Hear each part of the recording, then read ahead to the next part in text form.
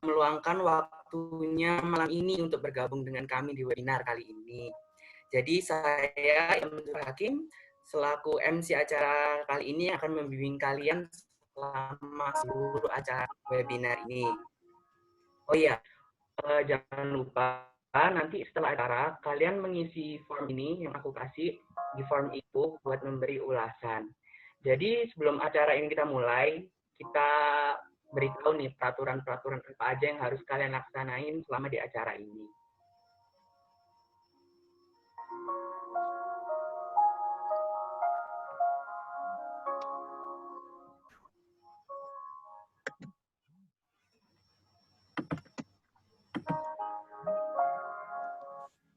Nah, baik. Ini peraturannya. Peraturan yang pertama, peserta wajib menggunakan nama username-nya sesuai dengan nama masing-masing. Kedua, peserta wajib menyalakan video selama seluruh sesi acara dan audio telah di-mute. Yang ketiga, semua peserta dilarang makan selama sesi materi berlangsung. Yang keempat, peserta diharapkan menjaga ketertiban selama sesi materi berlangsung. Yang terakhir, seperti yang tadi saya bilang, jangan lupa mengisi ulasan di form Google Form yang saya berikan tadi di link itu. Oke. Jadi sebelum kita mulai acara ini, acara akan disambut oleh Kak Johan selaku ketua acara. Waktu dan tempat kita berikan ke Kak Johan. Assalamualaikum warahmatullahi wabarakatuh. Shalom. Salam sejahtera bagi kita semua. Om Swastiastu, Namo Buddhaya, salam kebajikan. Yang terhormat, Kakak Jimmy Taruna sebagai relawan COVID-19, Pemkot Surabaya, sekaligus mahasiswa kedokteran, Universitas Ciputra. Kakak Agnes sebagai mahasiswi kedokteran Universitas Ciputra, Kakak Naufal Aziz selaku kakak pendamping di kegiatan webinar ini. Dan selamat malam kepada dokter-dokter yang telah hadir dan para partisipan. Puji syukur kepada Tuhan, saat ini kita dapat melaksanakan webinar yang bertemakan Do's and Don'ts to Fight COVID-19. Dalam webinar kali ini, kita akan mendengarkan paparan tentang apa saja yang perlu dilakukan untuk melawan COVID-19. Kita sangat mengharapkan saran dan tanggapan yang konsumtif dari para narasumber untuk menambah wawasan kita. Akhirnya saya ucapkan selamat mengikuti webinar dan selamat berdiskusi. Sekian kata sambutan dari saya selaku ketua kelompok dan terima kasih. Terima kasih Kak Johan atas sambutannya. Oke, pasti kalian kayak pada bingung kan, ini acara buat apa sih, webinar ini buat apa sih? Sama kayak dari judulnya ya, Do's or Don'ts to Fight COVID-19. Jadi di webinar kali ini kita bakal bahas gimana sih cara melawan COVID itu yang baik dan yang benar gitu. Jadi di acara webinar ini kita bakal dibintangi oleh dua orang, yaitu Kak Jimmy Taruna dan Kak Agnes dari mahasiswa kedokteran Universitas Ciputra. Oke, tanpa lama-lama, kita langsung masuk saja ke topik satu. Ini akan dibawakan oleh Kak Agnes, yaitu mahasiswi kedokteran Universitas Ciputra. Waktu dan tempatnya saya berikan kepada Kak Agnes.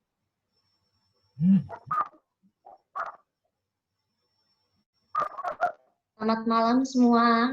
Nah, hari ini kita akan mulai untuk pembicaraan pertama. Saya akan kasih besar slide saya. Oke, kita mulai. Pertama-tama saya akan mau kasih tahu untuk virus exposure dan itu apa yang bagaimana virus itu mulai berkembang di dalam tubuh. Nah, seperti Anda ketahui sebenarnya itu mulai dari virus namanya SARS. Nah, virus SARS itu akhirnya masuk ke infected dari sel di dalam tubuh kita. Sebenarnya sih untuk saat ini di pandemi, semua orang pasti sudah terpapar dari COVID-19. Hanya saja apabila bagaimana kita untuk bisa mengadaptasi di dalam tubuh kita untuk tetap jaga imun kita. Nah, untuk pembelahan sitokinis itu akhirnya masuk di dalam tubuh kita. Nah, kalau misalnya sampai makrofagnya itu sampai kalah, nah akhirnya dari B cell dan T cell-nya itu akhirnya tidak bisa lagi memperbaiki diri. Nah, itu akhirnya merusak sel. Nah, itu juga menjadi salah satu solusinya saat ini di saat pandemik, yaitu dengan untuk nambah plasma baru. Biasanya mereka lakukan itu 1 minggu 1 kali. Nah, itu sudah dilaksanakan pertama oleh Amerika. Nah, sekarang saya lanjut ke PPT kedua. Nah, ini penjembaran ini akhirnya sangat cepat dan meluas, akhirnya bisa jadi efek yang sangat besar. Itu karena mobilitas yang tinggi itu dikarenakan aktivitas manusia itu yang cepat dan mudah dan selalu bisa berpindah tempat itu dengan cepat. Contoh salah satu di tahun 2015 itu ada satu pelaku perjalanan Korea itu yang membawa MERS COVID dan itu terjadi 186 kasus dan itu terjadi 36 kematian aja. Bukan berarti itu sedikit, tapi bisa ditanggulangi dengan cepat. Tapi itu adalah kerugian itu diperkirakan bisa sampai $8 miliar. Nah, itu terjadi hanya 2 bulan. Nah, kita sudah sampai akhirnya di tahun 2020. Nah, itu yang terjadi COVID-19. Nah, itu butuh hanya 2 bulan untuk bisa sampai 98.000 kasus. Nah, ini akhirnya terjadi 3.380 kematian. Itu di saat 6 Maret 2020. Hari ini, total yang untuk terinfeksi itu hari ini di Indonesia secara keseluruhan dari Sabang sampai Merauke, itu total 3.000 orang. Dan total Indonesia dari bulan Maret yang mereka pertama kali laporkan, itu total 165.887 dan kematian mencapai 7.169 orang. Mungkin itu dari data yang diberitakan oleh pemerintah. Akan tetapi, dari pengetahuan saya, COVID-19 itu sudah masuk ke Indonesia sudah lebih awal dari itu. Jadi, banyak orang yang sudah terinfeksi, tapi belum didatakan untuk masuk menjadi penyebab kematian dari COVID-19. Nah, kalau untuk hitungan dunia saat ini sudah mencapai 28 juta orang. 28.288.000. Nah, untuk saat ini ketinggian di Indonesia bisa seperti ini. Kalau misalnya di Amrik, dia melonjak sangat tinggi. Akhirnya di total sekarang ini belum 1 tahun, kematian yang sudah ini 828.000 orang.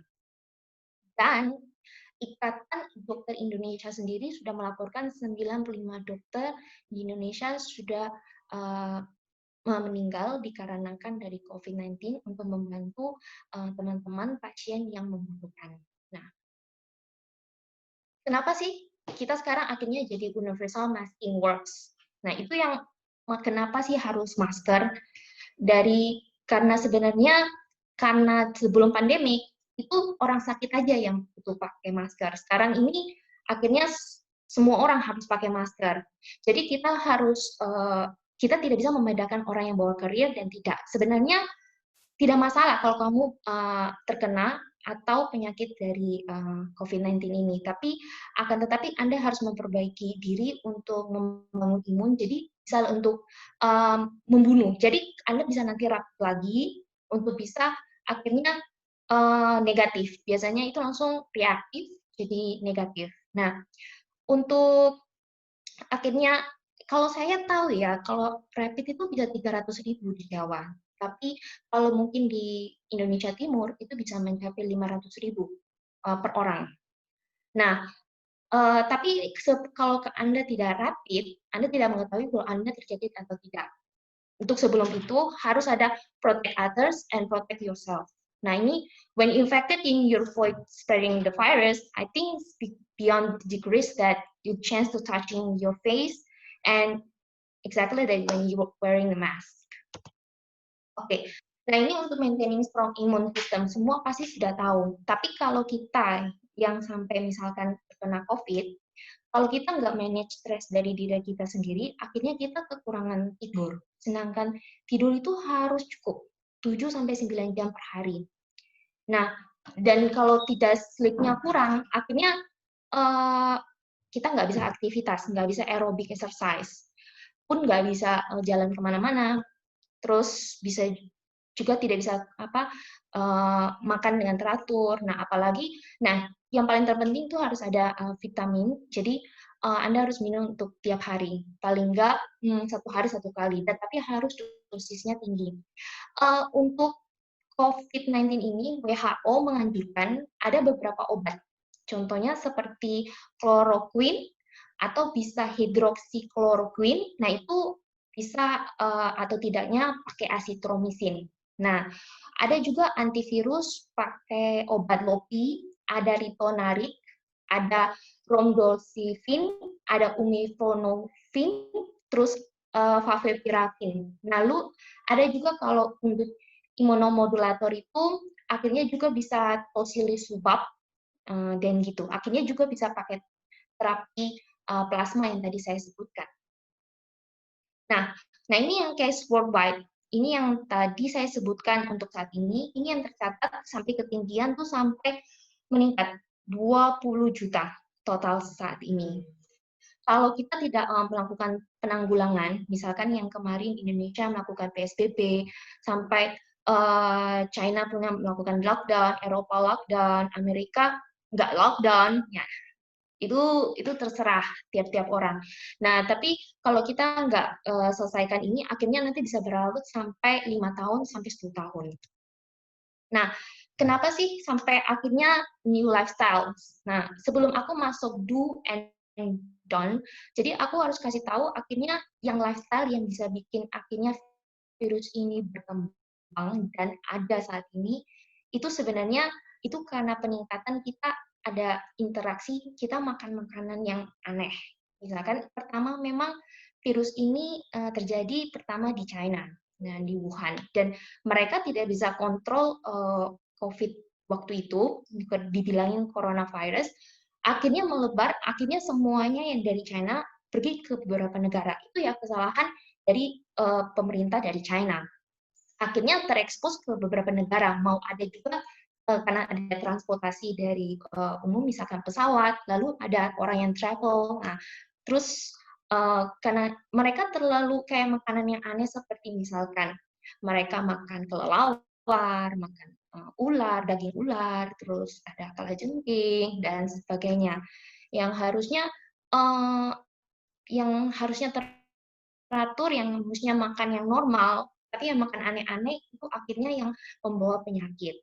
Nah, akhirnya juga ada climate change, lalu akhirnya ada politik konflik, sampai akhirnya saat ini ada bencana alam. Jadi, berbarengan dengan COVID ini, akhirnya masalah yang udah satu, tapi bertumpuk tambah banyak. Nah, next emerging virus. Nah, ini emerging ini sangat sulit, pasti bisa diprediksi oleh siapapun, tidak bisa. Nah, ini penularan ini akhirnya kita pun tidak bisa membedakan orang yang sakit dan tidak sakit. Dari mana itu melakukan penyebaran tersebut. Karena semua itu lewat airborne yang kita tidak bisa lihat. Yang pasti itu terjadi karena keterlambatan awal dalam pengenalan virus emerging ini, lalu pengaruh serius pada perjalanan dan perdagangan, reaksi masyarakat yang langsung tiba-tiba cemas, bingung, sama panik. Nah, ada yang Anda lihat di foto yang di depan Anda di slide, itu foto virus corona di China yang meninggal pertama kali yang difoto oleh wartawan yang langsung terekspos untuk masuk di media sosial dan bikin heboh. Saat itulah baru China di Wuhan sendiri baru melakukan lockdown. Langsung orang di tempat itu, langsung itu di depan pabrik. Akhirnya dia berdiri di situ, tiba-tiba langsung dia drop, dia jatuh. Dari jatuh itu ternyata diprediksi ternyata memang dia positif COVID-19 dan itu merambat ke jantung. Sekarang kalau COVID-19, Anda juga bisa ada merasakan diare, jadi kayak terganggu intestine Anda. Jadi di situ akhirnya berkembang biak dari virus itu. Kalau bukan hanya cuma di paru-paru. Nah, ini adalah fase epidemi dan prevensi. Nah, pertama ini epidemic phase, tapi sekarang kita masuk ke pandemi. Akhirnya mereka baru mengetahui, oh introduction-nya, oh ini virusnya modelnya seperti ini. Lalu kita baru mengantisipasi, oh ada faktor risikonya, pengalamannya itu bagaimana sebelumnya, ada di tahun 1918. Itu yang terjadi sebelum Perang Dunia Kedua. Nah, pun mereka akhirnya deteksi dini, ada investigasi, ada lain-lain. Nah, akhirnya baru ada containment, baru menutup pergerakan dari penyakit itu untuk orang-orang tuh social distance atau physical distance. Nah, akhirnya mereka baru bisa kontrol itu, untuk respon itu bisa ditimbulkan, akhirnya bisa mengontrol virus itu supaya tidak berkembang lebih besar. Nah, akhirnya itu bisa membantu untuk eliminasi. Nah, ini yang tadi saya sebutkan. Juga untuk ada sekarang yang kita nunggu adalah vaksin. Nah, ada kebanyakan tuh orang sudah bilang saya menemukan vaksin, tapi sebenarnya belum terbukti ilmiah. Nah, untuk obat ada yang bilang gini, minum jamu ini.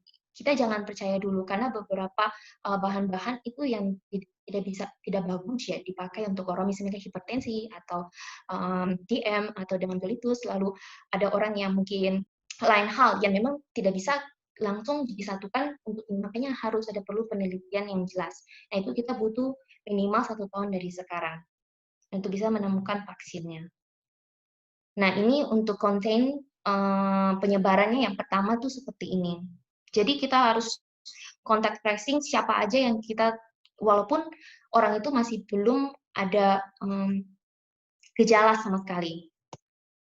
Nah, apa perbedaan isolasi sama karantina? Ini yang yang Anda harus lakukan di saat kalau misalnya Anda merasa nggak enak badan, atau Anda merasa, oh saya ini teman saya sudah kena COVID, kayaknya saya perlu urus karantina. Nah, itu ada perbedaan isolasi. Jadi isolasi ini yang terjadi kalau misalnya di rumah sakit. Nah, ini yang memisahkan orang sakit itu dengan yang lain. Akhirnya ini kita bisa pasien itu terkonfirmasi atau PDP, ODP. Nah, itu singkatan yang kemarin. Kalau ini sekarang udah berubah.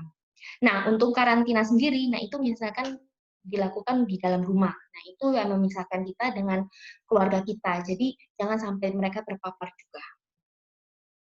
Nah, ini jadi alurnya. Jadi, kalau Anda ada symptoms, nah itu 14 hari. Jadi, harus contain yourself. Nah, itu akhirnya harus isolate, langsung treat. Kalau butuh oksigen, itu harus hubungi siapa. Itu yang harus sudah main action di situ. Karena kita sudah nggak tunggu lagi gimana untuk mengontrol, karena kita sudah harus bergerak cepat. Karena kalau misalkan lambat, nah itu kebanyakan orang sudah nggak lagi tertolong. Nah, sekarang dari unsur-unsur dari langkah pencegahan standar. Ya, semua orang pasti tahu kebersihan tangan, kebersihan pernapasan, etika batuk bersin. Harusnya etika batuk bersin itu seperti ini. Kebanyakan orang itu gini, itu yang salah.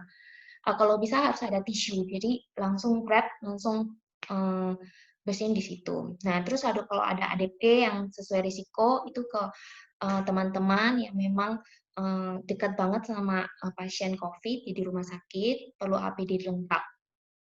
Terus ada praktik injeksi, manajemen yang benda tajam, lalu ada pencegahan luka yang aman, itu biasanya kalau ke pasien yang misalkan bukan COVID-19, nah itu mereka juga kan gampang untuk terekspos.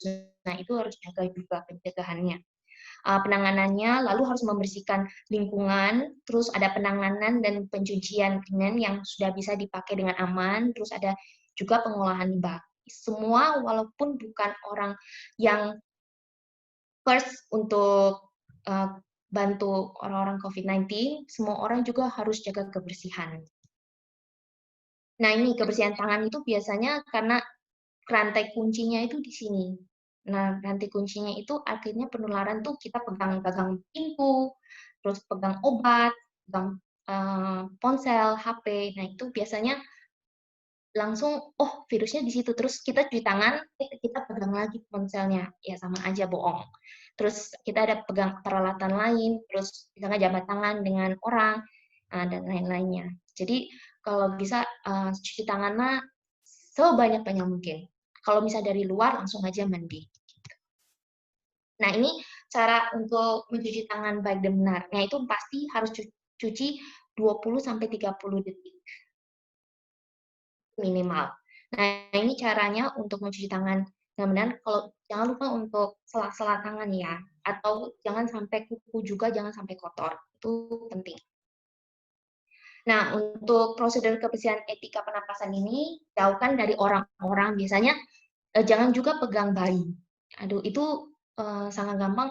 Kesian nanti bayinya itu kena COVID dan kebanyakan itu mereka sudah susah untuk bisa karena imunnya masih belum bisa beradaptasi. Lalu tutupi hidung dan mulut dengan tisu yang tadi saya katakan.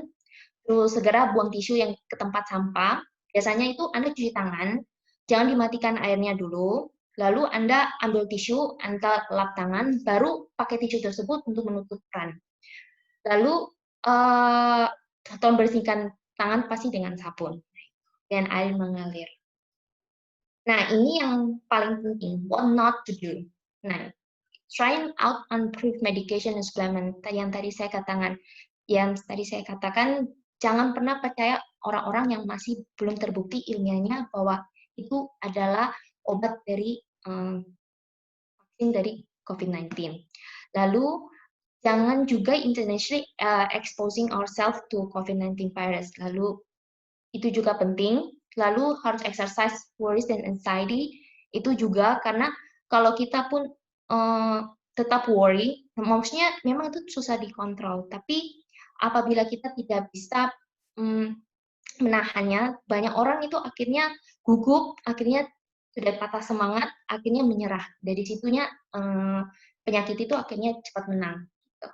Lalu do not stop any high blood pressure. Jadi untuk orang tua maupun kalau anak-anak muda sekarang juga banyak yang sampai kira ada yang pasti pesta-pesta, nah atau bergumulan anak-anak 19 tahun kira akan dapat COVID-19, ternyata mereka juga bisa dapat tapi taunya belakangan setelah mereka sudah dapat penyakit itu. Nah, terus selalu consulting with dokter. Jadi ada teman dokter atau cari sekarang di website itu sudah bisa untuk konsultasi dengan dokter lewat web. Jadi pun bisa gratis. Jadi jangan lewatkan untuk saat-saat ini. Lalu jangan pernah percaya juga apa yang Anda baca. Kebanyakan sih yang dari broadcast dari WA, nah itu kebanyakan gitu. Itu jangan langsung percaya. Harus tetap optimis, lalu selalu lihat perkembangan di berita tentang bagaimana mereka untuk prosedur vaksin ini untuk bisa dilaksanakan secara samaan. Jadi semua orang bisa dapat.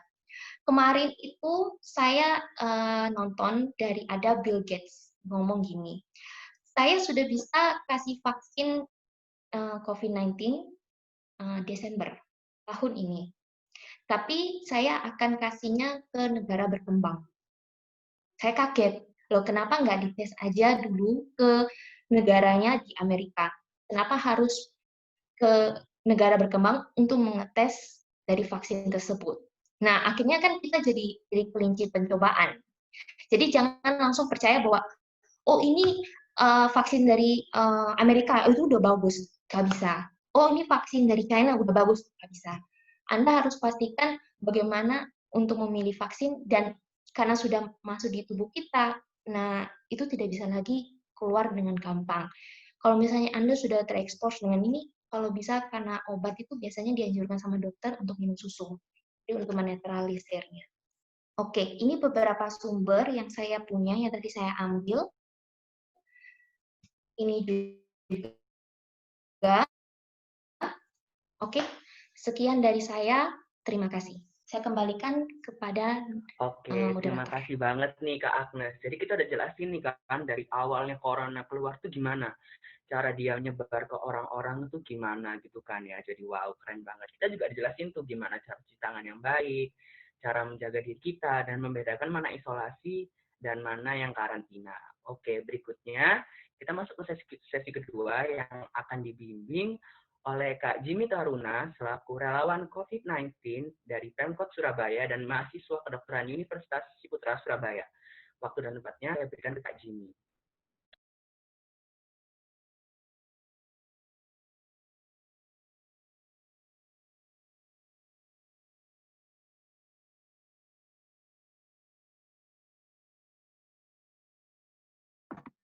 Baik, selamat malam ya semuanya. Jadi sangat luar biasa saya berikan apresiasi untuk Kak Agnes ya, yang setelah memaparkan tentang apa itu virus COVID secara lengkap dan mungkin itu menjadi wawasan bagi kita semua bahwa tentang penyebaran, tentang bagaimana virus itu masuk. Nah, selanjutnya saya di sini tidak akan membahas tentang bagaimana itu virus, tetapi saya di sini akan memaparkan bahwa di masa new normal anak anak muda bisa apa. Baik, saya Jimmy Tran Fajar dan selamat menyaksikan.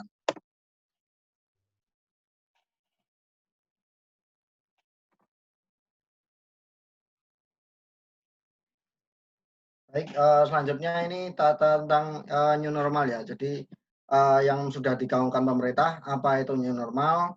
Bahwa untuk sekarang ini adalah tatanan new normal adalah merupakan tatanan kehidupan baru untuk beraktivitas produktif di masa pandemi COVID-19. Itu yang saya kutip dari pernyataan dari Presiden Republik Indonesia, Insinyur Haji Joko Widodo, bahwa pada new normal ini bahwa di satu sisi pemerintah ingin membangkitkan kembali ekonomi, tapi di satu sisi juga untuk pencegahan COVID-19 ini agar dapat terkontrol. Nah, maka itu dari salah satu jalannya adalah pemerintah mengeluarkan regulasi new normal. Nah, untuk apa new normal?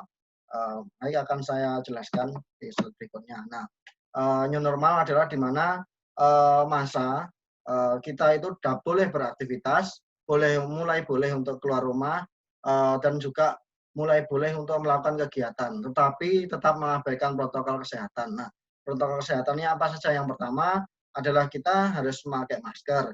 Yang kedua itu tetap cuci tangan. Jadi ketika kita masuk mall, ketika kita nongkrong, yang anak muda, ketika mengerjakan tugas itu kita sebelum masuk cuci tangan terlebih dahulu karena siapa tahu dalam perjalanan ketika itu kita membawa virus dan jangan khawatir bahwa virus corona ini kalahnya hanya dengan desinfektan, bisa dengan sabun. Nah, maka itu kita dianjurkan untuk cuci tangan pakai sabun ataupun membawa hand sanitizer kemanapun.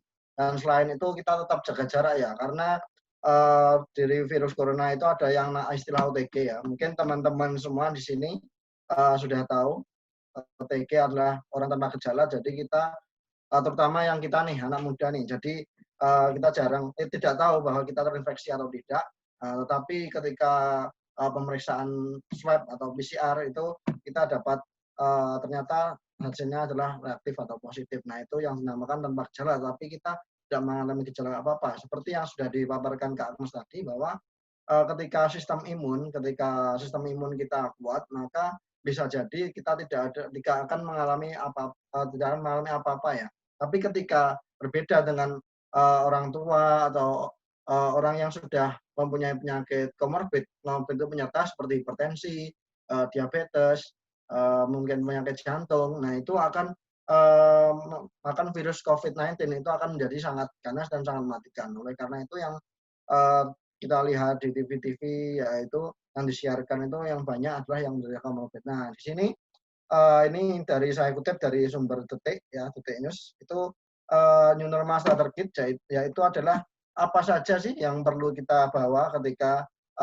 kita mungkin keluar rumah di masa new normal ini, yaitu yang pertama ya masker, hand sanitizer, dan tetap cuci tangan, pakai tisu, dan peralatan makan jangan ganti-ganti ya, mungkin itu dari untuk diri kita sendiri meskipun dengan satu keluarga, karena kan kita misalnya dengan adik atau dengan ayah atau dengan mama itu tetap kita peralatan makannya jangan sampai ganti-ganti. Peralatan ibadah bagi yang muslim bawa sajadah itu sendiri ya, mungkin jangan memakai untuk yang tersedia di masjid, dan juga mungkin yang untuk yang di gereja juga tetap ya, jadi usahakan agar kita tetap selalu mengamati protokol. Dan juga ini ya, ketika sekarang yang normal adalah regulasinya untuk ojol ya, untuk ojol sudah boleh mengangkut penumpang ya. Jadi saran dari pemerintah adalah kita membawa helm sendiri, karena ketika kita memakai helm yang disediakan kan kita juga tidak tahu, karena virus bakteri kan tidak terlihat, jadi berbeda ya dengan misalnya nyamuk. Nah ini baik, selanjutnya Nah, kenapa sih kita harus membawa itu? Jadi untuk masalah yang nasional tadi sudah disampaikan oleh Kak Agnes, jadi saya menyampaikan yang di daerah kita, provinsi. Di Jawa Timur itu yang terkonfirmasi masih 31.000 ya, 696, tapi yang bertambah sembuh itu sudah 24.990. Nah, ini yang cukup menggembirakan ya bagi kita, cukup menggembirakan, tetapi kita dan Surabaya ya ini sudah memasuki zona orange ya. Kota kita yang di sini mayoritas Surabaya ya. Jadi kita di sini sudah memasuki zona orange. Jadi ini pertanda bahwa kita harus lebih semangat lagi untuk disiplin protokol kesehatan karena yang saat ini adalah vaksin terbaik adalah disiplin protokol kesehatan. Nah, itu selagi vaksin yang mungkin diteliti itu masih dalam tahap uji klinis. Next. Nah, terus yang menjadi permasalahan apa? Di sini adalah banyakkan anak muda seperti kita itu ya stres ya. Kayak saya sendiri juga mungkin juga satu fase itu mengalami ketika kita harus di rumah, harus ngapain, terus nggak bisa kumpul teman, nggak bisa jalan-jalan. Jalan-jalan pun terbatas untuk sekarang ya, meskipun wisata dibuka itu tetap terbatas juga ya. Kita nongkrong itu ada jam malam juga di Surabaya ya. Jadi yang jadi problem adalah di sini banyak stres ya mungkin. Nah di sini ya saya kutip di jurnal bahwa tingkat depresi saat pandemi. Nah itu menurut jurnal penelitian psikiatri Surabaya bahwa kasus depresi pada kurun waktu Maret sampai Juli ini meningkat 16,7%. Nah, dari 16,7% itu 63%-nya itu responden itu mengatakan bahwa mereka itu tertekan dan takut keadaan ini berjalan selamanya. Jadi tetap ya kita bagaimana kita mengelola manajemen stres itu juga sangat penting. Nah, makanya kita boleh untuk keluar rumah untuk apa, tapi teman-teman harus protokol kesehatan ketat ya seperti yang saya sebutkan tadi karena bagaimanapun kan kita manusia adalah makhluk sosial, itu tidak bisa lepas dari hakikat kita, tidak bisa lepas. Jadi kita tetap bisa beraktivitas. Nah, beraktivitas di luar rumah, bisa untuk olahraga, bisa untuk belanja sambil melepas penat, itu berwisata itu juga tetap, tapi tetap harus menjalankan protokol kesehatan seperti yang di jurnal ini bahwa banyak sekali kasus bunuh diri seperti kasus depresi akhirnya mengarah pada kecemasan itu sangat banyak ya. Di sini ya saya kutip dari jurnal ya.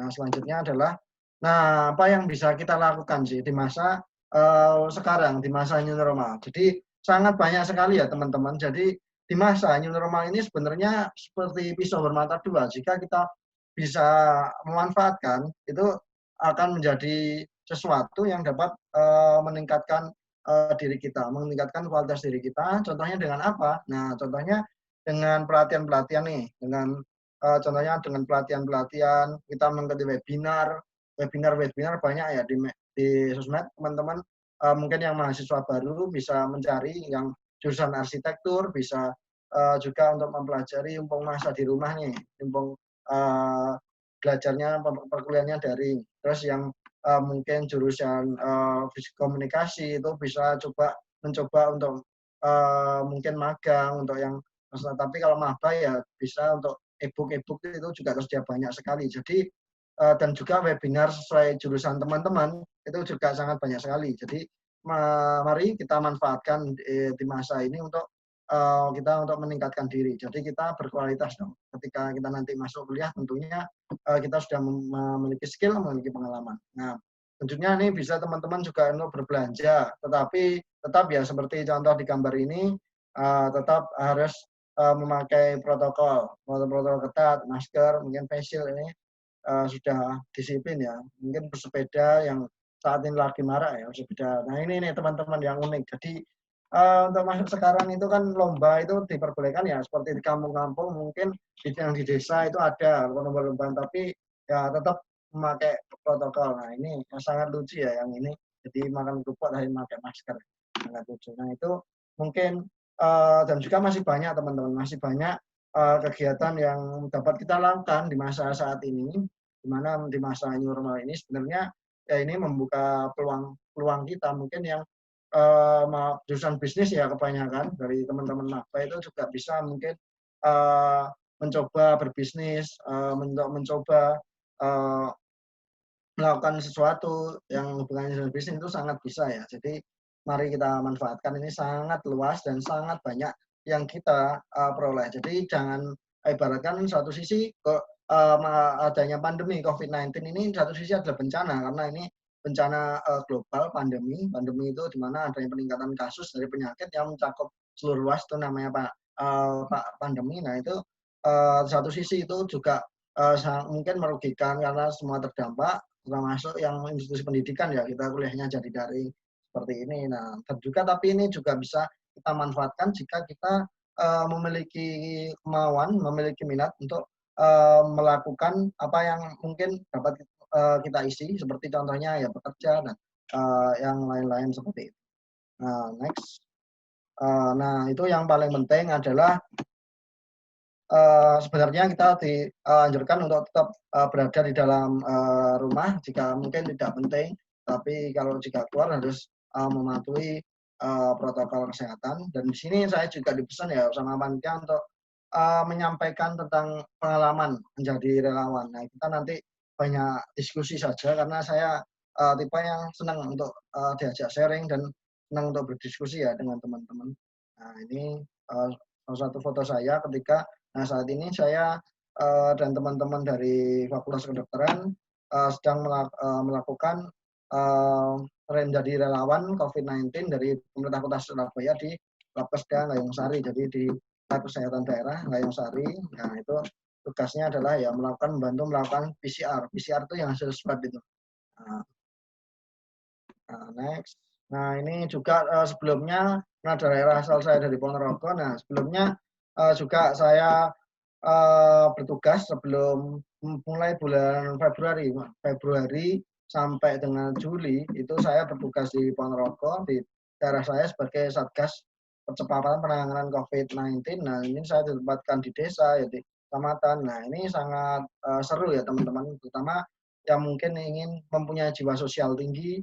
Nah monggo bergabung dengan suatu contohnya adanya relawan, ada apa itu monggo untuk bergabung. Nah ini foto ini ketika saya bertugas, jadi tugas saya di sini adalah yang pertama itu melakukan tracking. Tracking itu apabila ada yang kontak itu adalah saya untuk mencari siapa saja yang kontak dan mengkarantina dan juga memeriksakan. Nah selanjutnya lah ini adalah ketika saya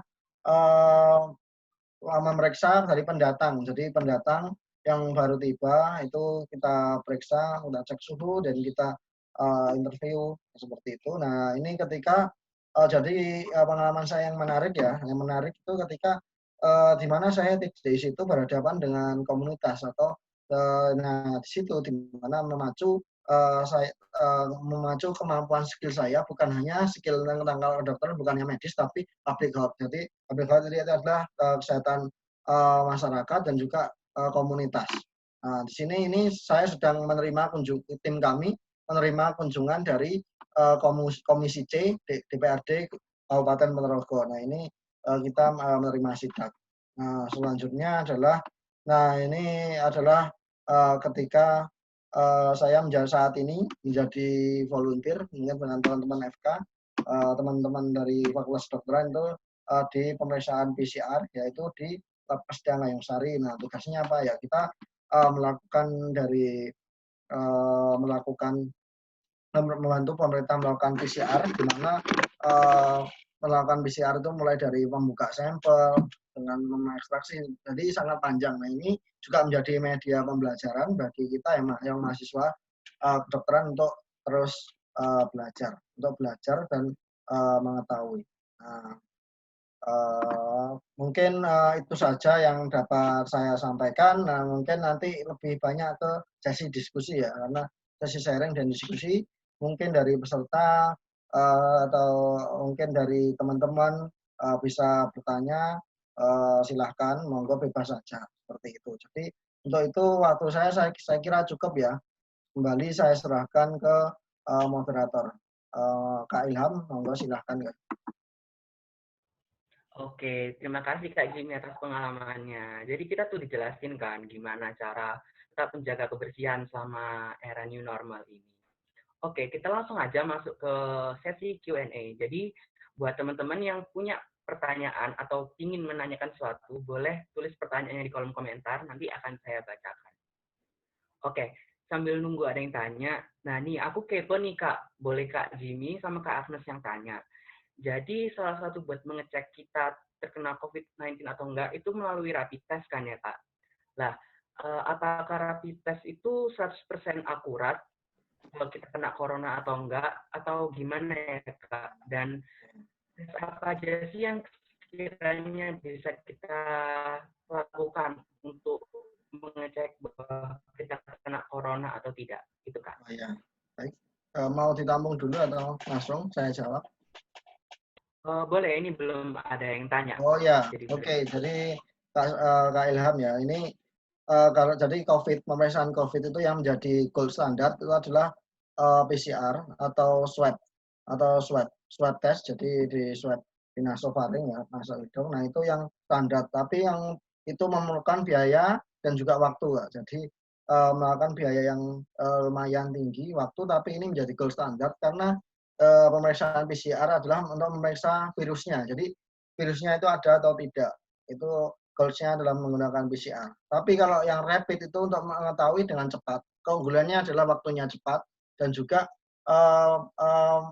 mendeteksinya itu adalah dengan antibodi kita. Jadi ketika virus masuk itu antibodi yang tubuh kita bereaksi. Nah, yang dites ada antigen dan antibodi. Yang dites di rapid itu adalah yang bagaimana tubuh kita bereaksi, bereaksi terhadap virus COVID-19 atau tidak. Nah, itu yang adalah dengan yang rapid. Nah, itu waktunya cuma sebentar, mungkin tidak ada, mungkin 15 menit ya. Itu ketika diambil sampel, dimasukkan kit ya, ada kitnya dimasukkan dan juga diberikan tetesan tetes buffer, nah tetes, nah itu atau antigennya. Nah itu kita tunggu, itu di situ ada 2 garis ya, kontrol dan T. Yang kalau yang kontrol saja itu berarti yang strip 1 dikontrol itu masih negatif, jadi negatif. Tapi ya kalau stripnya itu ada 2 dikontrol dan huruf T itu reaktif. Itu artinya perlu melakukan pemeriksaan swab. Jadi perlu untuk swab test. Jadi tetap untuk kita mengatakan orang ini positif atau tidak itu adalah gold standarnya adalah di swab. Bisa jadi ketika rapidnya itu reaktif, swabnya juga negatif, itu bisa saja. Bisa jadi juga apabila rapidnya non reaktif tapi di swab ternyata reaktif positif, itu yang itu yang menjadi tetap kita pasien itu kita yang positif. Jadi itu ya, dan juga dikit itu jika tidak ada strapnya itu ya alatnya rusak, mungkin minta ganti saja. Jadi teman-teman ketika nanti mungkin tes rapid ya mau bepergian atau wisata itu juga itu, jadi patokannya ya ada di alatnya, mungkin kalau pengen lihat kayak gitu sih Kak Ilham. Oke, baik. Jadi rapid test itu cuma kayak buat tahu cepatnya gitu ya Kak ya. Ya, Ini yang kita untuk mengetes cepat kayak gitu. Ya, positif betul. atau negatif gitu ya. Ya, betul. Oke. Ini berikutnya ada pertanyaan dari Kak William nih. Saya mau bertanya kepada Kak Jimmy, bagaimana tanggapan Kakak apabila berjumpa dengan orang yang tidak percaya dengan adanya coronavirus, ditambah juga orang yang mengeklaim menemukan obat COVID-19. Apa yang akan Kakak lakukan? Halo Kak William, mana ini orangnya?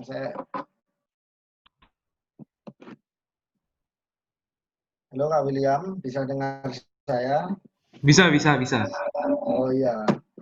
Ya baik Kak William, jadi untuk kita orang yang tidak percaya, bahkan di kita kan banyak sekali ya William, masyarakat kita yang menganggap ini teori konspirasi, ini teori ini adalah akal-akalannya WHO.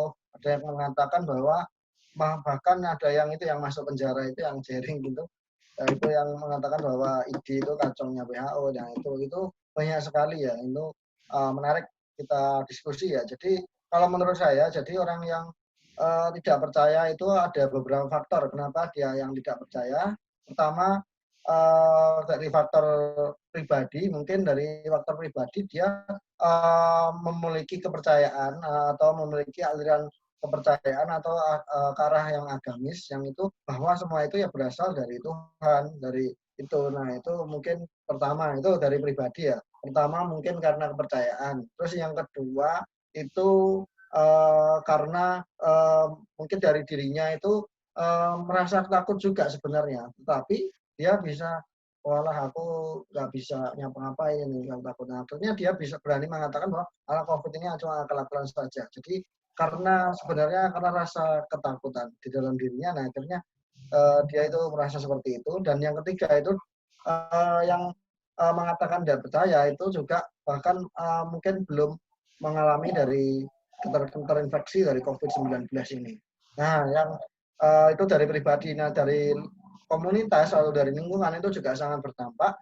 Contohnya karena lingkungan juga. Nah, misalkan kita hidup di lingkungan kayak yang adat, yang itu, nah mereka sudah percaya. Nah, akhirnya karena terstimulasi terus otak kita untuk tidak percaya, akhirnya kita juga dalam diri kita bilang itu tidak percaya. Itu yang pertama. Yang kedua karena pengaruh mungkin sosial media, pengaruh televisi itu juga dapat mempengaruhi dari seseorang, dari mindset seseorang. Jadi kenapa tidak percaya seperti itu? Nah, langkah kita ya kita tetap sebagai mungkin Kak William anak kedokteran ya.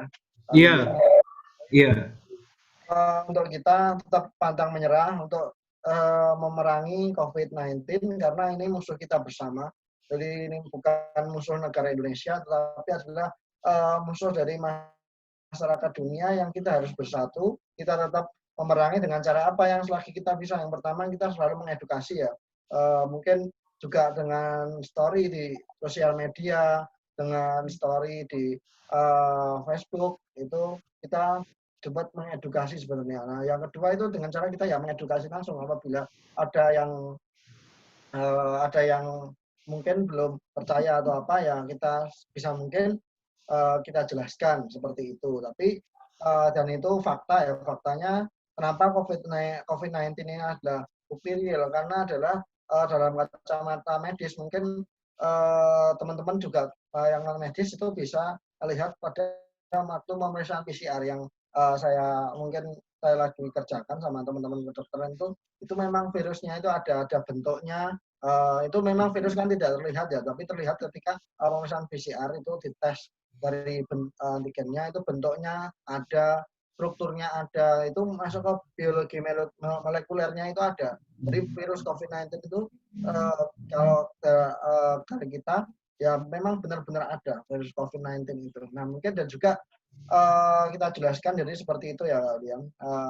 Kita jelaskan juga dan kita jangan menyerah ya. Kita apalagi William sebagai calon dokter itu tentunya William harus mempunyai semangat lainlah tantangan kita ke depan. Nah, makanya kita diajarkan juga ilmu kesehatan masyarakat. Jadi untuk kita bagaimana mengedukasi masyarakat. Nah, yang kedua tentang obat COVID-19 ini yang sempat saya ikuti juga dan juga sempat booming ternyata di penelitiannya milik UNER dengan TNI AD dan BNPB itu mendapat tentangan. Nah, ini mungkin karena prosedur. Jadi gini, jadi ketika kita melakukan sebuah penelitian atau ilmiah itu yang dikatakan itu terbukti secara ilmiah itu apabila adalah prosedurnya itu benar dan juga prosedurnya jelas dan memiliki bukti yang empirik atau evidence. Nah, itu akan dikatakan bahwa penelitian ilmiah dan ini terbukti. Nah, mungkin nggak tahu saya faktor politik atau faktor apa atau iri atau apa, saya nggak mengatakan, tapi kalau kacamata saya adalah mungkin prosedurnya itu oleh dari tim tersebut itu mungkin belum terpenuhi prosedurnya. Jadi ini saat ini di BPOM mungkin dan beberapa lembaga lain masih belum mengakui tentang obat COVID-19 seperti itu. Jadi tetap kita tunggu ya rilis resmi mungkin dari Kementerian Kesehatan. Jadi kita percaya saja pada pemerintah yang mungkin nanti ketika vaksin pun ini masih uji tahap 3 yang dari Bandung itu pun masih uji klinis. Jadi tetap vaksin terbaik ya saat ini ya disiplin, sudah ada vaksinnya yaitu disiplin protokol kesehatan. Jadi mungkin seperti itu ya Kak William. Iya. Kurang maaf saya. Baik, terima kasih Kak Jimmy. Gimana? Apakah ada yang lagi Kak William? Sebenarnya saya ada pertanyaan lagi sih Kak, karena belakangan hari ini saya dengar bahwa minyak kayu putih atau eukaliptus itu bisa mengobati COVID-19. Apakah menurut Kak Jimmy itu adalah suatu berita yang benar atau itu adalah berita yang masih belum bisa dipertanggungjawabkan evidence-nya? Baik, itu beritanya oleh siapa dan apakah sudah ada bukti penelitian dan apakah sudah ada publikasi Kak William? Kalau untuk beritanya itu dari salah satu profesor di Makassar ya, yang bekerja di salah satu rumah sakit di Makassar. Jadi beliau itu sempat ada riwayat terinfeksi COVID hingga masuk ke ICU. Jadi dia sampai swab 6 kali negatif terus karena dia menggunakan minyak kayu putih dioleskan di badannya. Nah, saya kemarin juga udah sempat itu sih baca-baca abstrak jurnal gitu. Memang ada yang mengatakan bahwa eukaliptus ini bisa meningkatkan innate immunity. Nah, saya ingin bertanya kepada Kak Jimmy, apakah berita itu bisa dipertanggungjawabkan atau tidak? Kalau menurut saya ya dan juga dari kedokteran itu apabila bahwa mungkin sangat banyak sekali sekarang ini untuk mengakui, saya nggak menyudutkan satu pihak ya, jadi mungkin banyak sekali yang mengakui bahwa menemukan dan kebetulan juga sembuh lah. Tapi saya begini, mikir saya ya mungkin apabila seorang itu menggunakan obat temuannya itu dan mungkin juga sembuh itu kan bisa dua hal karena mungkin sistem imunnya itu masih bagus. Yang kedua ya itu tadi mungkin kalau eukaliptus saya juga pernah baca itu menekan innate kan ketika sistem atau bala tentara imun kita yang pertama ketika virus ada kan ada innate dan adaptif lah. Nah dan juga kalau menurut saya ya tetap kalau saya tetap berpacu kepada aturan dari pemerintah tentang dan BPOM. Ketika BPOM itu sudah memberikan cap, memberikan izin itu dan itu saya percaya karena BPOM pun tidak mudah untuk mendapatkan izin apabila memang obat itu belum evidence itu kan dia masih evidence masalah jurnal ya eukaliptus saja tapi si profesor itu kan belum publikasi dan benar-benar meneliti di mana penelitian pun itu tidak setahun 2 tahun ya untuk klinis itu tapi perlu beberapa tahapannya. Nah itu perlu juga. Nah yang ketiga adalah ya ini apakah dia sudah publikasi. Jadi kita bisa uji itu Kak William. Pertama itu dia sumbernya dari mana. Nah ketika sumbernya eukaliptus ini ada. Nah itu masih satu kriteria. Nah yang kedua yang paling berat itu adalah dia harus menguji dari tesisnya itu untuk apakah benar. Itu menurut penelitian dan prosedurnya ini harus juga benar. Jadi penelitian dianggap itu sah itu apabila itu prosedurnya yang utama prosedurnya itu benar karena kalau prosedur salah itu dapat mengubah hasil dan yang ketiga adalah publikasi mungkin itu yang bisa yang semampu saya jawab. Oke, ya baik. Terima kasih Kak Jimmy. Selamat malam. Selamat malam. Oke Kak Jimmy, jadi ini ada pertanyaan lagi buat Jimmy. Ditanya nih dari Kak Erika Wijaya. Berapa lama swab dan rapid di Ponorogo? Maksudnya berapa lama saya bertugas atau gimana ya Kak Erika? Halo Kak Erika. Mana ya Kak Erika ya? Halo.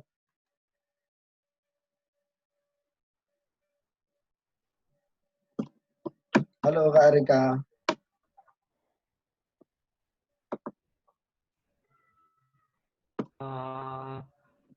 Apa mau dilewati dulu pertanyaannya? Lewat dulu ya, menunggu sembari mungkin bisa tolong dicat ya Mbak Netia. Oke. Jadi ini ada pertanyaan berikutnya dari Kak Rafiansyah.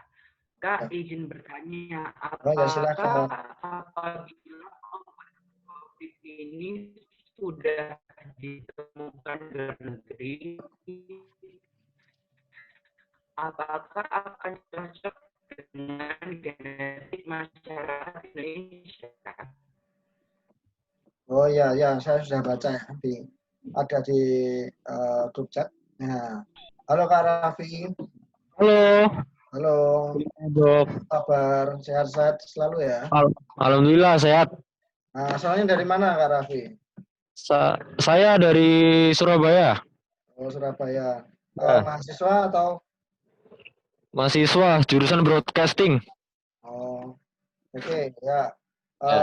Pertanyaannya adalah obat COVID apabila sudah di luar negeri apakah cocok dengan genetik ya?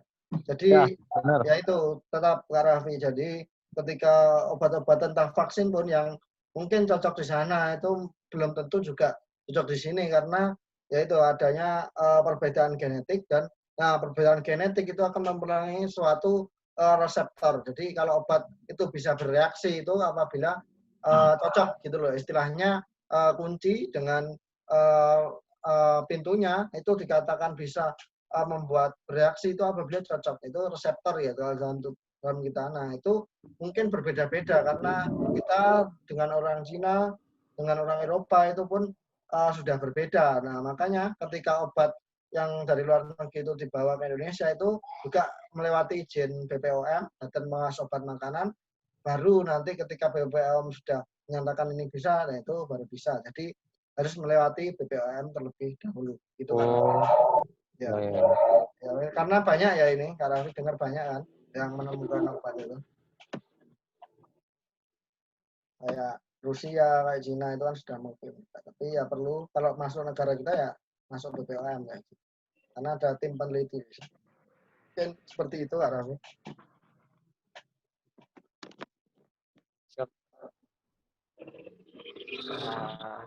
Terima kasih Kak Jimmy. Ini kebetulan juga Kak Erikanya belum jawab.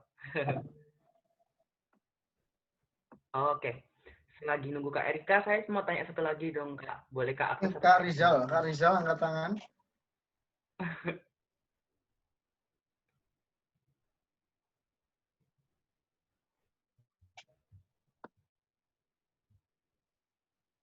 Kak Rizal, oh ya ini Kak ada yang angkat tangan. Oh ini Kak Rizal. Oke, Kak Rizal boleh tanya. Halo. Mikrofonnya dinyalakan. Ya, selamat malam Kak Rizal. Ya, Kak, boleh tanya sesuatu nggak Kak? Bagaimana tanggapan relawan maupun gugus garda terdepan di Indonesia menanggapi acuan yang mau dikeluarkan oleh pemerintah yaitu pembukaan bioskop dan hiburan-hiburan lainnya, sedangkan melihat dari angka tingginya pasien yang terkonfirmasi positif itu masih melambung tinggi. Nah, selanjutnya dan alasan pemerintah yang tidak terlalu relevan menurut saya yaitu untuk membangun daya imunitas tubuh. Sedangkan kalau memang membangun imun tubuh, kita bisa olahraga di rumah, stay di home, terus kalau mau pengen nonton ya bisa dilihat dengan Netflix maupun tempat hiburan lainnya menggunakan aplikasi di gadget masing-masing gitu. Segitu aja Kak. Oh ya, jadi ya terima kasih ya Kak Rizal. Kak Rizal gimana ini Kak Rizal? Di Probolinggo ya? Iya Kak, lagi di rumah. Gimana Kak, sehat-sehat ya? Lagi isolasi mandiri Kak. Oh isolasi, kenapa? Apakah terinfeksi Kak Rizal? Sedikit. Sedikit gejala ya, jadi Ya, ya gejala. jadi langsung ke pertanyaannya adalah bagaimana tanggapan kita ya yang dari relawan ketika pemerintah akan menentukan bahwa bioskop akan dibuka dengan dalih atau dengan alasan meningkatkan imuniti. Ya ini sangat luar biasa ya, sangat bagus diskusi. Jadi kita berbicara dua arah ya, kita berdiskusi ya. Kalau menurut saya dari relawan itu, saya nggak tahu ya alasannya pemerintah apa, tapi ini saya jawab dari pendapat saya. Kalau menurut saya adalah itu sangat, saya tidak pro pemerintah atau apa, tapi menurut saya itu mungkin alasan yang kurang tepat ya, ketika bioskop dibuka dan bioskop seperti bioskop itu buka dengan cara meningkatkan imun. Nah, pertama kenapa kok meningkatkan imun itu benar yang diberikan Kak Rizal itu ceritakan bahwa meningkatkan imun itu bisa dengan olahraga, bisa dengan contohnya dengan aktivitas itu juga bisa meningkatkan imun, mengkonsumsi vitamin, tidur istirahat yang cukup itu dapat meningkatkan imun kayak gitu. Nah, kenapa ini bioskop akan dibuka? Nah, takut kami yang dari relawan adalah adanya klaster baru kayak gitu dari klaster bioskop. Nah, jadi proteksinya itu pasti nanti ada lah, mesti ada kebocoran selagi pandemi ini belum dicabut statusnya, belum selesai, dan juga memang pencegah vaksin ini memang belum ada kayak gitu. Nah itu menurut saya belum selesai kalau kita belum tertangani ini. Nah kalau dibuka, nah yang kita takutkan adalah muncul klaster baru. Nah jika muncul klaster baru itu ya tentu kita para relawan ya harus bekerja lagi. Nah ini mau sampai kapan? Sedangkan para dokter yang dari garda terdepan pun, perawat, dokter, tenaga medis lainnya, karyawan rumah sakit itu sudah banyak yang berguguran. Nah ini mau sampai kapan? Nah, ketika pemerintah regulasi ini, sebenarnya kalau saya pribadi ya sangat disayangkan, ya kurang tepat seperti itu. Kalau saya pribadi, kalau dari Kak Rizal gimana?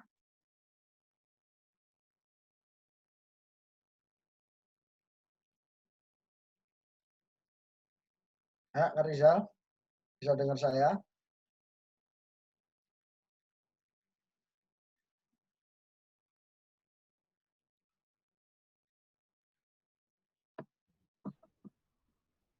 Kak Rizal. Halo Kak Rizal. Ya Kak, sudah cukup. Oh ya, jadi begitu ya. Kak Rizal gimana ini pendapatnya? Kita diskusi saja. Menurut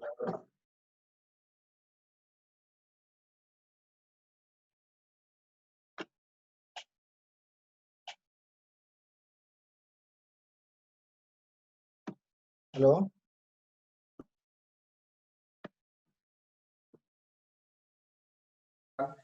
kita melihat ya gitu.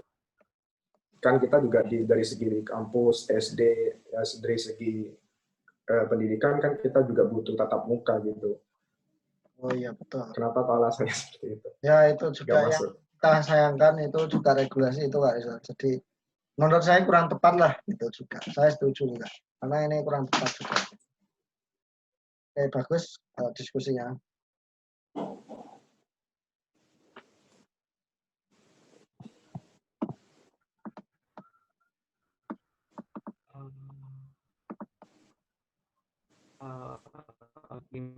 Cukup Pak Rizal. Sudah cukup? Apakah masih ada yang mau bertanya? Kalau mau tanya langsung komen Ya, bawah. bebas saja ya, kita santai ya itu. Diskusi Jadi, saja. Mungkin bertanya ke Kak Agnes ya mungkin. Jadi, iya nih, sambil nunggu ada yang tanya, aku mau bertanya nih sama Kak Agnes. Jadi, tadi kan Kak Agnes kan ngomong soal cuci tangan tuh ya. Jadi cuci tangan itu, misalnya contoh nih, kita pakai lengan pendek.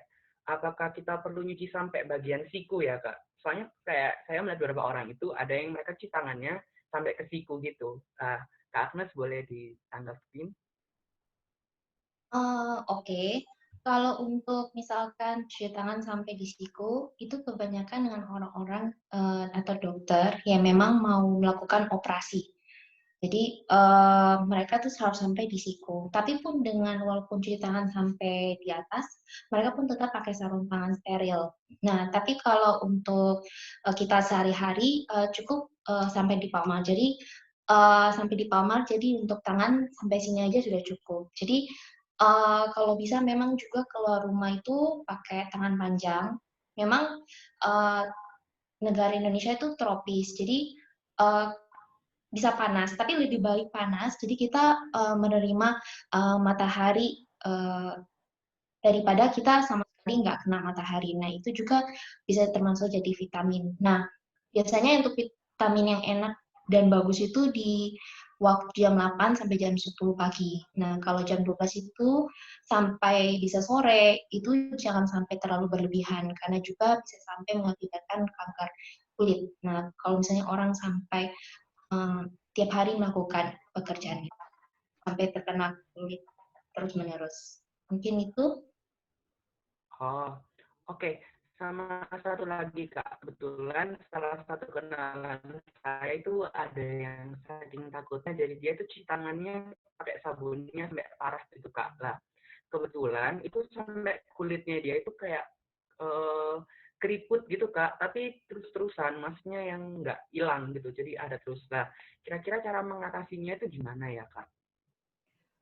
Sebenarnya bisa aja kita berasumsi bahwa dia juga ada alergi. Nah, biasanya memang terjadi kepada beberapa orang. Nah, itu memang harus konsultasi ke dokter spesialis kulit. Mereka tuh langsung bisa mendiagnosa bagaimana untuk dapat solusi. Orang juga bukan cuma sabun, ada untuk alergi karena makanan, minuman, dan lain-lain.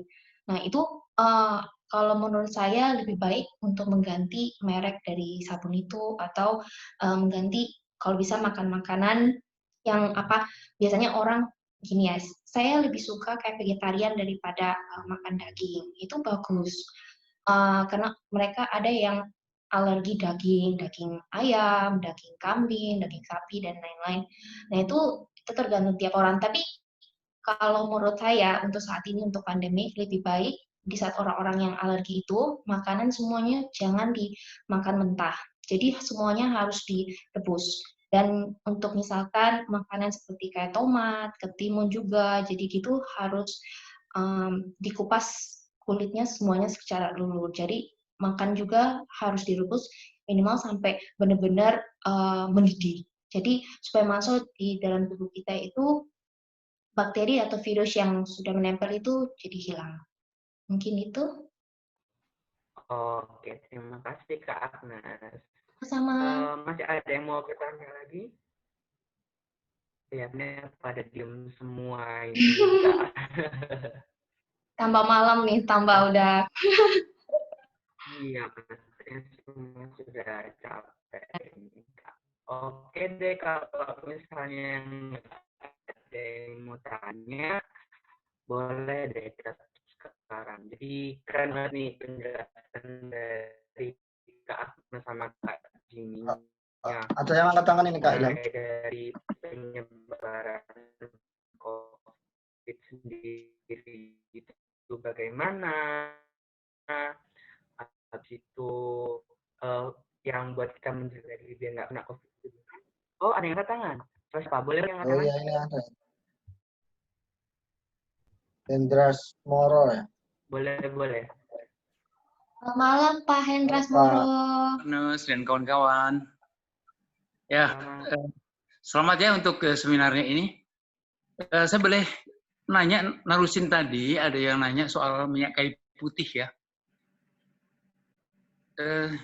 Rasanya menarik sekali tadi bahwa minyak kayu putih itu sudah ada yang punya pengalaman dengan minyak kayu putih untuk melawan penyakit corona ya. Meskipun itu belum melalui satu penelitian, tapi ya pengalaman tidak kalah sih dengan penelitian juga ya nilainya. Jadi ada baiknya juga karena terutama kita juga merasa bahwa itu sederhana ya, pengobatan yang sederhana. Apa salahnya dicoba selagi kita belum punya obat yang sudah diteliti, dipastikan bahwa itu berguna gitu. Lagian toh itu nggak terlalu mahal ya kalau mau dipakai untuk karena kita dulu deh yang sadar pada kesehatan seperti ini gitu ya, untuk menanggulangi penyakit virus ini. Jadi menurut saya sih minyak kayu putih memang melarutkan virus sih menurut saya. Jadi apa salahnya kalau misalnya untuk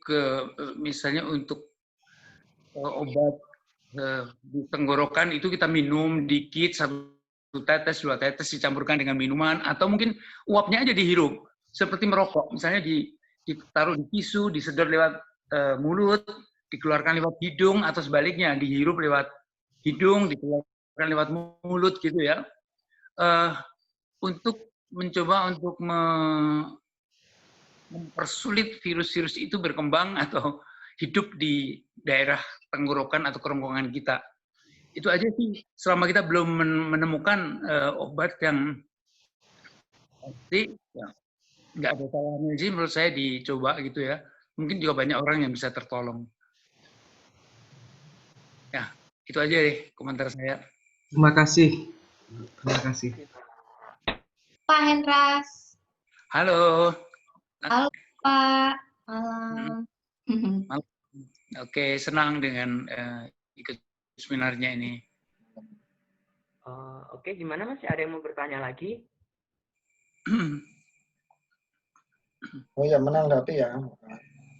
Ya, mungkin benar juga Pak, itu bisa kita coba juga selagi kan belum ada, meskipun mungkin secara diakui itu belum secara klinis, tapi itu mungkin juga saran yang bagus, juga bisa kita coba ya teman-teman, kita bisa coba. Dan juga mungkin saya menambahkan, oh ya baru ingat bahwa mungkin untuk pencegahan yang dulu pernah saya lakukan itu dengan juga yang ini belum ada juga, tapi ini pernah saya lakukan dan ini murah sekali. Itu apabila teman-teman relawan yang sering mungkin sering kontak atau dengan orang banyak, itu dengan betadin ya. Jadi betadin kan mengandung alkohol, jadi betadin dikasih di cotton bed, nah itu dimasukkan ke dalam hidung terus dibelokkan sedikit ya.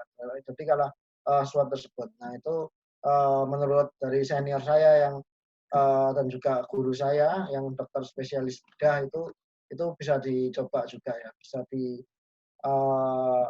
amalkan juga, bisa dicoba juga karena itu belum ada, tapi itu bisa mencegah. Mungkin seperti itu juga dengan biaya yang murah kayak gitu. Tapi tetap berpatokan standar kita adalah untuk obat itu kita ya tetap menunggu dari Badan Pengawas Obat dan Makanan. Ya, terima kasih. Mungkin itu Mas Kak Ilham. Baik, terima kasih Kak Jimmy. Oke, keren kali. Jadi emang kalau herbal tuh apa salahnya dicoba ya Kak ya? Betul, intinya selagi itu kan murah dan juga kita menunggu kan, sambil menunggu itu tidak ada salahnya. Yang penting ada satu apa ya yang kayak evidence-nya, yang satu karena yang tadi kayu putih kan eukaliptus itu bisa memicu inat-inat imun. Inat imun itu adalah tentara pertama ketika kita serang. Nah, itu. Nah, kalau alkohol itu kan dapat juga untuk membunuh virus. Mungkin itu yang sekarang lagi mungkin dipakai oleh para klinisi dokter yang bertugas di rumah sakit. Oke, terima kasih Kak Jimmy. Jadi masih ada yang tanya? Kalau nggak ada, kita tutup aja acaranya kali ini. Jadi abis ini kita mau foto bareng dulu ya. Jadi para peserta yang ikut di sini boleh dinyalakan kameranya. Nanti sama panitia akan difoto. Boleh nyalakan sebentar kameranya semua. Oke, ini pada mulai nyalakan. Oke. Oke, jadi boleh difoto bareng-bareng. 1, 2, 3.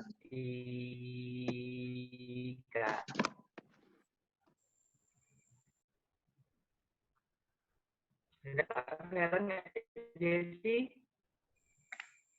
Oh iya, Entrepreneurnya Kak. Jangan lupa gayanya.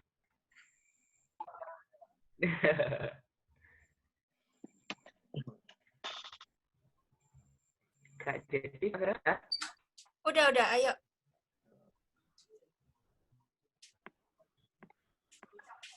Oke. 1, 2. 1, 2, 3.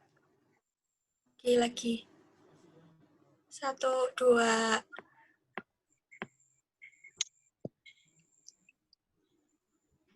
Udah ya. Oke, makasih Kak Jesse. Oke ya, ingatkan sekali lagi buat para peserta, jangan lupa ngisi ulasan di forum yang aku kasih abis ini ya. Ini sudah aku kasih. Jadi nanti boleh kasih ulasan kalian tentang webinar ini di situ. Jadi oke, terima kasih. Selamat malam semua. Jadi acara ini jangan lupa disponsori oleh Swayanaka dan Smart FM. Jadi acara ini nggak bisa berlangsung kalau nggak ada mereka berdua. Terima kasih atas supportnya. Dan terima kasih juga buat Kak Jimmy Taruna dan Kak Agnes yang sudah meluangkan waktunya malam ini buat mengisi webinar ini. Makasih ya, Kak. Ya, oke. Selamat malam semua. Salam. Malam. Terima kasih.